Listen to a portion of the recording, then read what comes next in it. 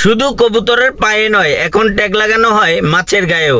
দেখুন কত সুন্দর করে মাছটাকে ফুটো করে ট্যাগটা লাগিয়ে দিল, এতে বোঝা যাবে যে তাদের এই মাছটা।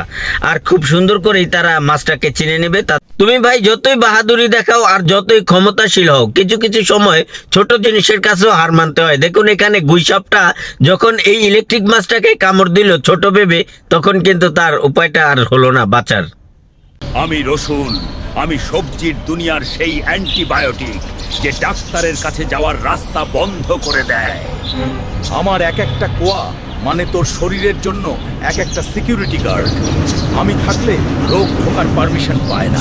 দেখলেন তো ভাই রসুনের কি গুণ। রসুন খাবেন বেশি বেশি।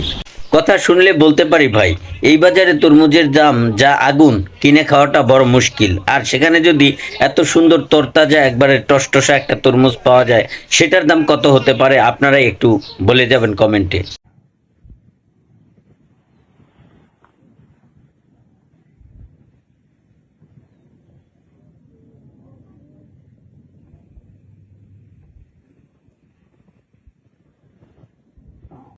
চেহারাটা দেখে নাদুস নুদুস মনে হলেও ভাই এটা খুবই ভয়ঙ্কর একটা মাছ। দেখুন পেটের সবকিছুই কেটে ফেলে দিছে, তারপরেও কিন্তু সে জীবিত। এবং কত ধারালো দাঁত দিয়ে ভার্জিনটাকে কিভাবে কেটে ফেললো দেখছেন মুখের ভিতরে।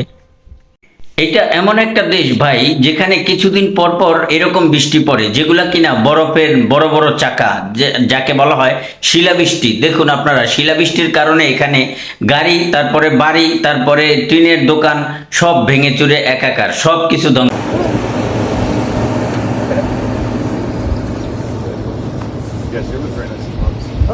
একজন নিষ্ঠুর মানুষই পারে ভাই যে কোনো একটা প্রাণীকে শায়েস্তা করতে। যেমন দেখুন এই কুমিরটাকে মুখটা হা করিয়ে তার ভিতরে মোটা একটা লাঠি দিয়ে দিছে, যার কারণে কুমিরটা মুখ বন্ধ করতে পারছে না। আর এই শাস্তিটা শুধু নিষ্ঠুর মানুষেরাই পারে ভাই।